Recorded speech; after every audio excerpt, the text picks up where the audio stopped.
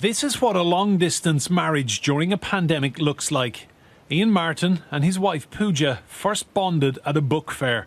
He says 98% of their relationship is now conducted via WhatsApp.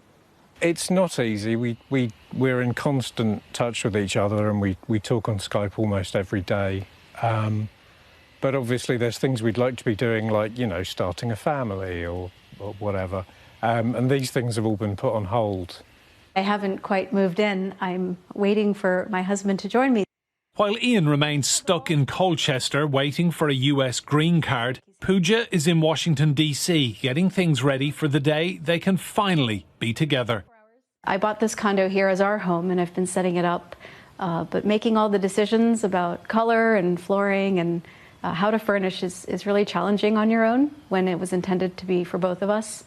So there's a lot of WhatsApp and Skype and a lot of screenshots being sent back and forth.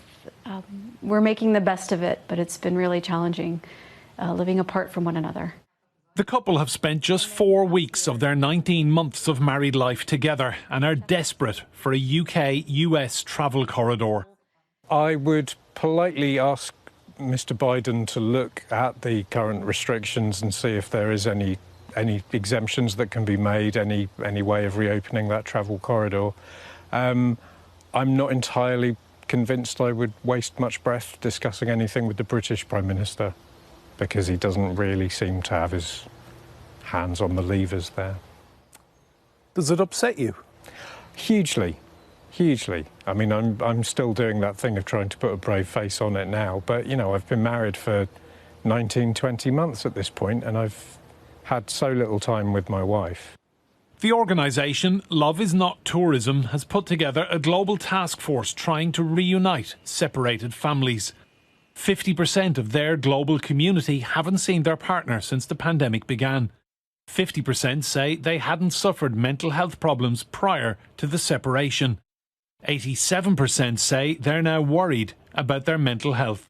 What we're asking for is just people in our unique circumstances, just a bit more freedom and leeway in terms of being able to travel a bit more often and see our partners ultimately. Because if you look at the current situation in the UK, where you've got most countries under amber and red, people just, let alone the cost of pure testing to go abroad and come back, the time of having to come back and then quarantine for 10 further days off work, a lot of people just can't do that.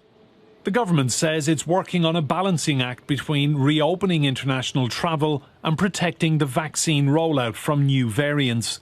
But for couples like Ian and Pooja, that travel corridor can't come quick enough. Enda Brady, Sky News.